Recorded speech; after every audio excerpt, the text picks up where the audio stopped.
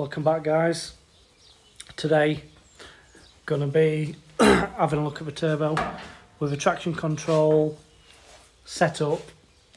I'm getting errors from the sensor in the gearbox, so I'm gonna have a look at that today. I've ordered a new sensor that's come, so I'll show you car. We just swap cameras. So yeah, we've got it all jacked up. There's also a misfire, which I believe is a rich misfire according to the wideband. I've had a bit of a play about on the ECU. Played with the idle settings, got all that running right. Now I mapped it and it was fine, so I'm just a bit baffled because I've looked through the log data and everything seems to be doing what it's doing. Also, I fitted a set of new headlights in and they fit a lot better. They had rubbed the paint underneath my old clips, so they're in nice and solid now, so I'm happy about them. One of the members on one of the RS Turbo pages sorted me them out. Good price, so happy about that. And also I want to get like an airbox made here, because I think you can see it over there on the back wall. I'll zoom in so this fan's in the way. You can see I've got like a headlight air ram, so I think that'll be pretty good. This is a sensor in question. This is the gearbox sensor, so not sure how easy they are to fit. And you can see this is the DTA. This isn't, that's Windows, but it's essentially, this is the DTA fast software, which is pretty good to use. Okay, work offline, blah blah blah. It's really good because it, like I say, it has logging data. And file altered, lovely idle map, lovely, simply lovely. We've all been working hard, boys. Earn lots of pennies, simply lovely. So yeah, this is like I said, that's fuel map. Basically, to quick run cap, guys, this is just in milliseconds. This is a fuel map, so as you can imagine, when it runs, it pretty much runs to give or take like that. So you really, as long as you map from that point to that point where you're fueling, obviously it goes up. You might never even get to that point because that's in manifold map, manifold absolute pressure, PSI. You've got pretty much to there, that's all negative. So that's really from, you've got like atmospheric pressure, so when your car's idle, you're pretty much sat there anyway. When it starts idling, it'll drop into the negative pressure, but as it's turned off, you wear it the minute. If this was plugged into the car, sat there, so then when it starts running, you tend to float about there. Then when you start on, you pretty much run all the way there. So that's your main map, that line to a degree, and then you obviously filter it out and smooth it in transition. I'm just going to quickly show you. A lot of people have seen the maps on the all-terrain map. That's essentially my fuel map. Pretty smooth and consistent all the way up. This was done on the road, so I've done all that. And it's same for fuel advance, ignition advance. So once you set your crank angle, you do the same. It's pretty much mapped all the way along. But this is mapped in RPM down, manifold absolute, so wherever you are again on the pressure, but you're running that route, so that's, you focus on that and everything around it comes in. Again, I'll flick it onto all terrain so you can get an idea of what that looks like. Sorry guys, it's there you go. So that's my ignition map. So we pretty much start here and runs up. Oh, sorry, 7.2 absolute. So yeah, 800 RPM, 7.250. So it just basically ramps up as we go.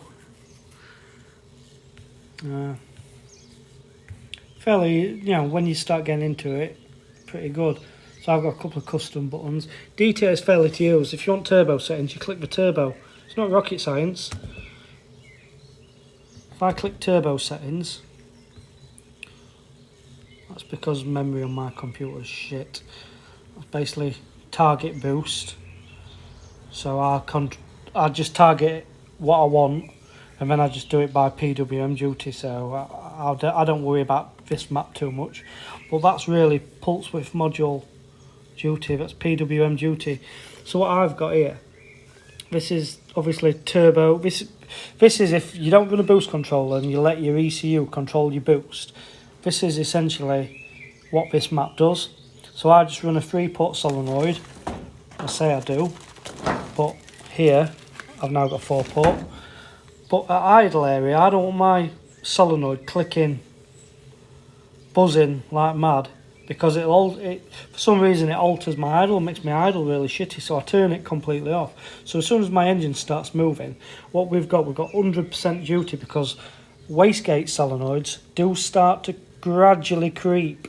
So I bleed in 100% of the air off, and it's basically pretty smooth all the way along until like I've got 40% pulse width modulation. So basically at 100% I'm bleeding 100% of the air off the wastegate at this point.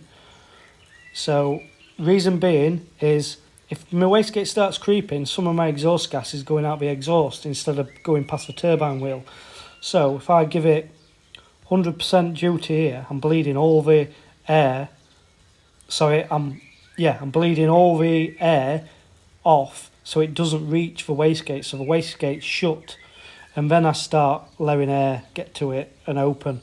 So the more air you can take away at this area from the turbo, the faster spool you'll get.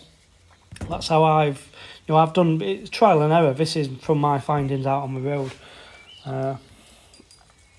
There's other settings, there's idle settings, then we have start fueling map. So the start fueling map again, so that's not it, where are we? Turbo parameters advanced. Let me knock some boxes back, guys. That's fuel map, that's advanced, ignition map, turbo settings, and we've got something down at the bottom here. I can grab it. Here we go, right. So this is start fueling map. Once you've done your main map, this is basically your cold start map. And all it is a percentage of extra fuel at a certain point. So that's common sense. Degrees centigrade, 1 to 120. That's common sense. You know, that comes from your water temp sensor, so that'll tell you exactly where you need to be. And what you've got turns here. This is engine revolutions. So if you start it up at 20 degrees, say it's 20 degrees, water level's at 20 degrees, it's fairly hot day. It'll start with 48%, and then gradually, as it gets hotter, it reduces the amount of, so it'll run so many turns, it'll probably get to about here, 20 amount of turns, and then it might go from 20, it might drop into the 30s, so then it'll drop across, and then essentially when it gets up to 50, I've got no fuel enrichment whatsoever. So like I say, fueling turns, it's completely exhausted now, so the map settings just turn it off. So essentially I'm always there because it doesn't affect anything. And what DTA does, for some wonderful test functions, you can diagnostic display, alarms, so I can set alarms for fuel pressure, I can test injectors, test coils, But main thing you tend to use is this, or I do. Let me get that onto big for you guys. Basically we've got RPM, water, throttle, air fuel ratio, air temp sensor, manifold pressure, battery voltage, fuel pressure, oil pressure, speedo, and then obviously we've got undriven speed, driven speed, launch control status. Really good, really easy. So if I said to you, have a look at ignition map, you just go straight to spark, ignition map, common sense. Fuel map, you go to the injector, alter the turbo pressure or parameters, click the turbo. You know, really good, really easy to use, guys. But yeah, I'm going to get onto this sensor now. Sorry, it's we're already on to about 12 minutes on this video. I've waffled on for that long. I do apologise, but it's really just a bit of an insight into this ECU and kind of what it's capable of. This is a DTA S60 as well. I don't think I've actually told you actually what the ECU is. But other map settings, so we've got lambda functions, lambda target map, turbo functions, idle, cam control, anti-lag, there your analog and aux, traction control settings, launch control, pit lane speed limiter, battery compensations. That's basically it alters your battery compensation, it alters your injector dead times for what have you. Mine, I've just got it really at one over way long, just while I familiarise myself, because I found if as your voltage moves, it was altering how the engine ran, and I found it just ran smoother if I kind of kept everything round on the same milliseconds. So but yeah, go back to that. Yeah, so we've got data stream, electronic pedal, fly-by-wire. The DTA S60 does need a separate controller for that. Gear by shaft RPM. Now I touched on that last video. Pretty much. Sorry, I didn't know. Gear by shaft RPM, we'll go into that. I'll show you how that's set up on a DTA S60.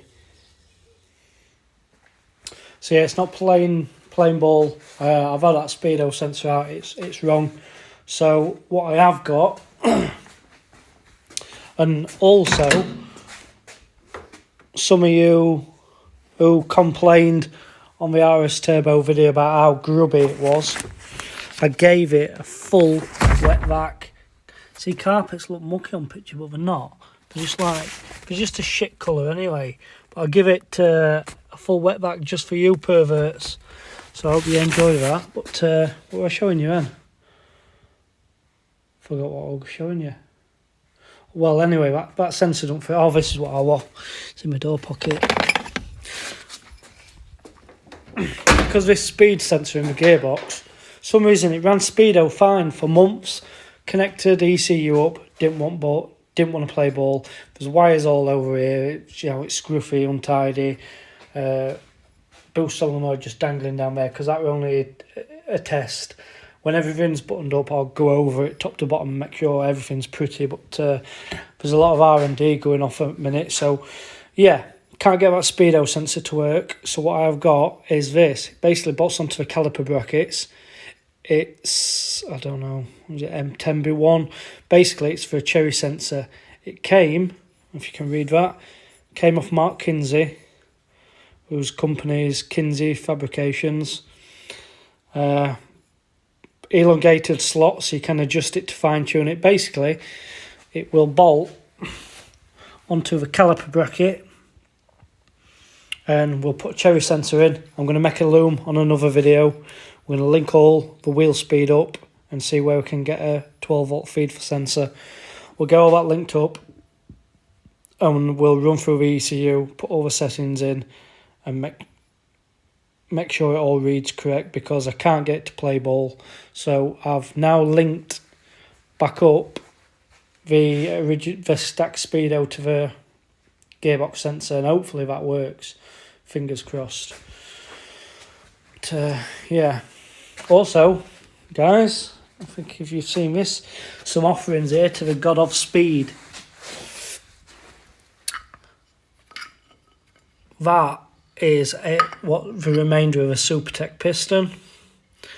That's actually what came out of the RS Turbo. I got a knock-in, so I just sent it, and yeah, didn't like it. Basically, what happened is the gudgeon pin had sheared, and you could see it. I ain't got a gudgeon pin, but if you can see close in there, the scoring side to side as it was moving. So you can see it from that side now. So yeah, the gudgeon pin had cracked, and it was the gudgeon pin which let go, or wrist pin if you're in America. So yeah, but I mean, it done 10,000 miles of hard abuse track days, and this is an eagle rod. This come out the engine, so this pretty just smashed its way through. Piston hole in block, smashed piston to pieces, and it still didn't bend the end. So people who say eagle rods are shit, there you go. Smashed through an engine block and everything and still didn't break the end. So take my hat off to that. Supertech though, I'm not knocking them, really good. They sent me a set of tool steel alloy pins and a new set of pistons out, and I think they knocked me 30% off. You know, it was a goodwill gesture because, you know, they'd agreed it, you know, it was their pin. However, there were standard pins. What I will say, guys, if you're going to forge them, look at tool steel alloy gudgeon pins. They're basically double the thickness of a normal one. What they send standard are alright, but if you're really going to abuse them hard, don't do what I did. This is one of the front wheel hubs off the RS Turbo. It's sheared. Mark 7 Fiesta hub. They had been turned down to the RS Turbo bearings, but yeah, sheared. So yeah, there you go, guys. Some offerings. Hopefully the God of Speed will give me some luck. Hell yeah, brother. Big Dave from the UK Boosted Boys. Got me a 4-port. Get that bad boy on. Hopefully we can run some low boost and some high boost with this. Much better than a 3-port. Well, I say it is. I've not used one, but we're soon going to find out. So yeah, let's get this on. Basically, guys, now just going to terminate this. So I put a rubber boot on. Put these little yellow, whatever they're called, on. Boots, seals. I'm just going to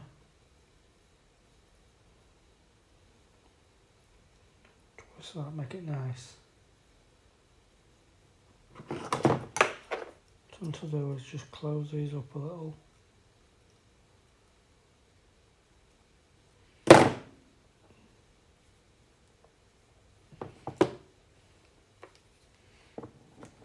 And get these on it.